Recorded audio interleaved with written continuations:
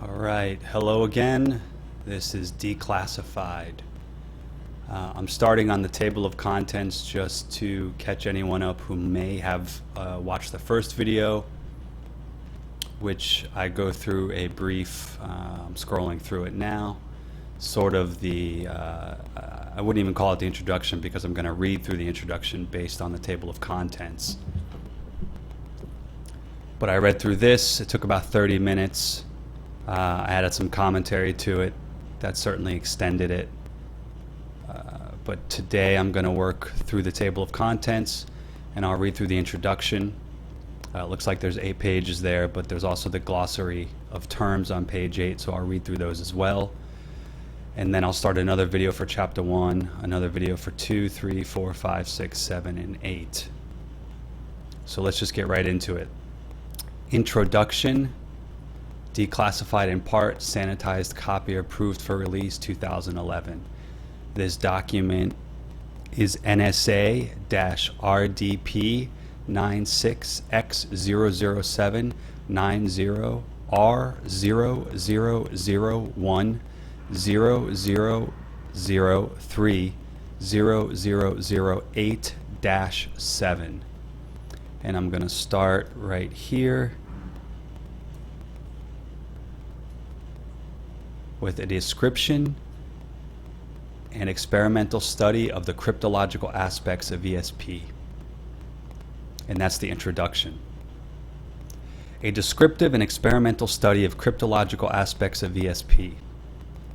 This paper is intended to present a series of contributions toward a more complete knowledge of certain special factors bearing on threats to ComSec. In particular, this study seeks to increase our knowledge of one factor known as PSI** or ESP.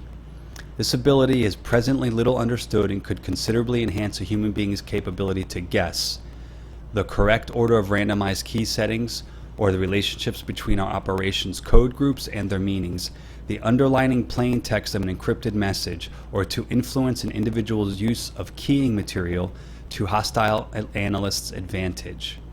In order to make this first study as meaningful as possible, it was decided to make an overall survey of the investigations presently conducted into the PSI factor to determine which aspects of the factor are most closely related to the problem of human ability to correctly guess randomized cryptographic information at better than chance expectancy on a continuing basis. In parentheses, see chapters 1 through 7, exit parentheses, which environmental characteristics enhance or retard the manifestations of the PSI factor. In parentheses, see chapters 1, 2, 7, and 8, exit parentheses. What are the most useful sources of information available to keep abreast of the latest meaningful developments in PSI research, with attention paid to sources related to Soviet bloc efforts in this field? After this database was established, it was decided to develop, under professional supervision, a PSI experiment utilizing all factors possible which are known to enhance PSI performance, and particularly to build an experiment which is specifically related to the ComSec question of guessing randomized cryptological information. Such an experiment would serve a dual purpose. It would isolate subjects which appear to be capable of demonstrating a more efficient use of the PSI factor than the average person. Parentheses, see chapter 6, exit parentheses.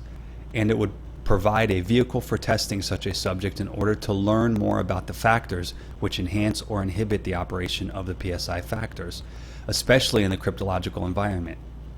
It would also develop a method of training talented personnel in the cryptological use of ESP. To date, the following steps in the PSI study have been accomplished on a time-available basis. A survey has been made of the work being done in the field of PSI research, parentheses, see chapter 3, exit parentheses. PSI factors most directly related to the ComSec threat have been tentatively identified.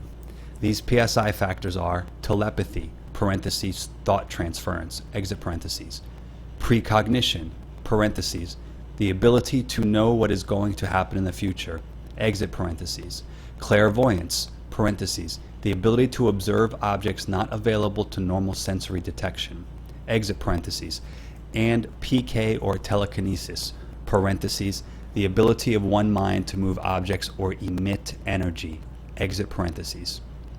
With the assistance of professional PSI and psychological experts within the intelligence community, asterisk, a cryptologically appropriate telepathy / clairvoyance experiment was constructed in such a way that it would utilize a maximum number of performance enhancing factors. Parentheses, see Chapter 6, Enclosure C, exit parentheses. It will be noted that the testing method used bears some resemblance to that of Dr. Rhine in particular.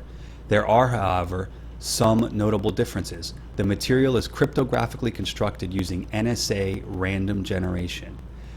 The subject is forced to make a double guess on target material, which thus yields far more performance characteristics for statistical and psychological analysis. The subject receives prior motivational conditioning. The target material has realistic or lifelike characteristics and can be tailored to the subject's preferences. Current sources of PSI experimental research have been located and are being utilized to enhance NSA knowledge of this field. In particular, note the Soviet bloc material sources in Chapter 4, parentheses, see especially Enclosure A, selected bibliography, exit parentheses. It is interesting to note that Soviet experiments are funded under the Ministry of Defense and are mainly of the telepathy communications and PK variety. Research into psychogenesis indicated that both spontaneous episodes caused by sudden anger or frustration and controlled experiments can have an electromagnetic effect. Parentheses, see Chapter 7, exit parentheses. An experiment is being designed to test the effectiveness of PK in jamming modern low-voltage electronic communication security equipment. Some spontaneous PK events have indicated that persons with a low frustration tolerance and no normal outlet for this energy are prone to release this pent-up force through the PK channel. Being aware of those relationships, we might design experiments around such persons in suitable frustrating stimulus, which they can only halt during a specific or specified period of time by using PK to alter voltage into a circuit. Glossary of basic terms. ESP, underlined. The apparent ability to perceive thoughts, events, or objects in a manner and under conditions of space and time usually not possible and beyond the normal capability of the bodily senses. Telepathy, underlined. The apparent ability of the mind to know what is being thought or felt by another at a distance beyond bodily perception range. Clairvoyance, underline. The apparent ability to mentally observe what is taking place in a distant place beyond the range of normal sight. Precognition, underline. The apparent ability of the mind to foresee future events. PK or telekinesis, underlined.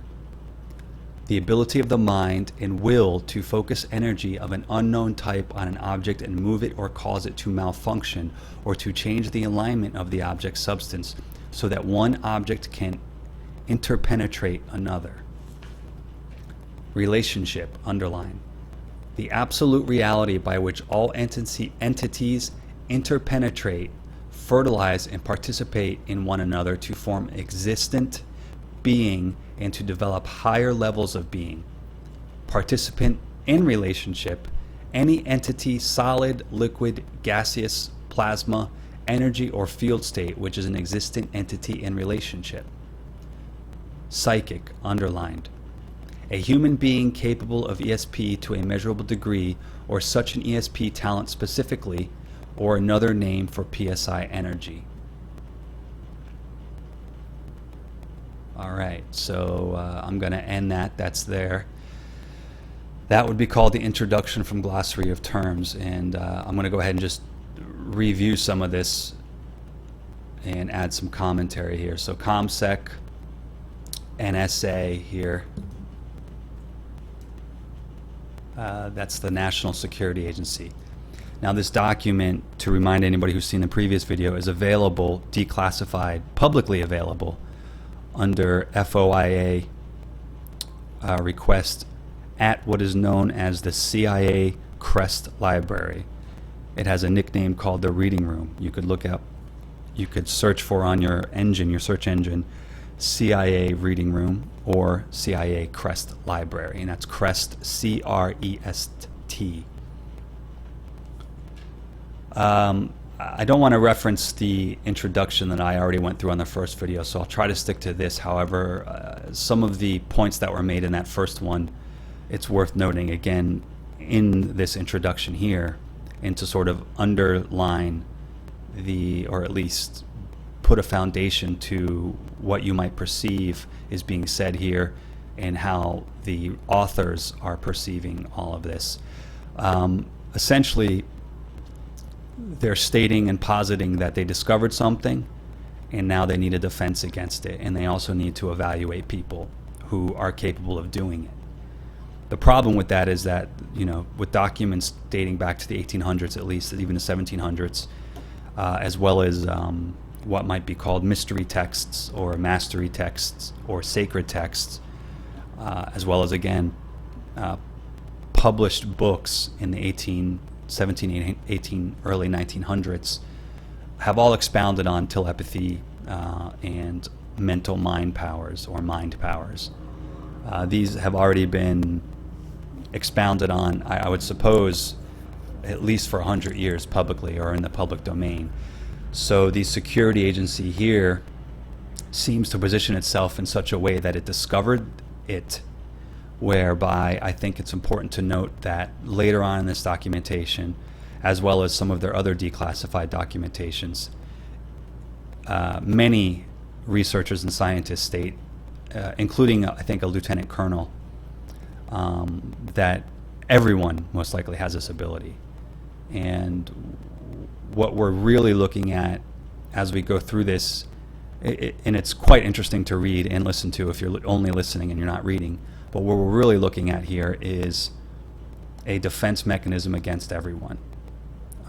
In the previous introduction or the overall summary of what was being presented in this document a few pages back, before the chapter, right in here, we have someone expounding their thoughts on how it's a mental illness if you exhibit this at a workplace, and from what I can sort of interpret from that, what we're really being told is that, I guess, sexuality, sexual orientation, knowing if someone's lying to you, or recognizing something that doesn't seem right or correct, or just basically being able to perceive a motive outside of what you're doing at your job or whomever you may be working with or anything like that. They've really they're positioning it as people with mental illness, and that they basically stipulate, the authors of this document here are stipulating that it's their job to make sure that no one uses these abilities, again, which for all intents and purposes, based on their own research, says that we're all born this way, or we're born with a subset of these abilities in some way or another. For example, a mother who can sense a child has been hurt, or a father who has a precognitive dream about their son or their daughter, or sisters, twins, brothers, twins, that kind of stuff. Everyone's heard stories about that kind of thing. And what we're finding, or what I've found as I've read through most of these documents, is that everyone has that ability. So we're born with the agency to do it. However, a federal or government agency has positioned itself in such a way, using theologians from both the Christian schools and the Catholic schools as, I guess, people who inform what the NSA is going to do, or what the CIA should do, and then later on what the DOD should do or the DIA should do. And they are all involved in these programs as well, including the Air Force, the Army, and the Navy. So I will come back. Thank you.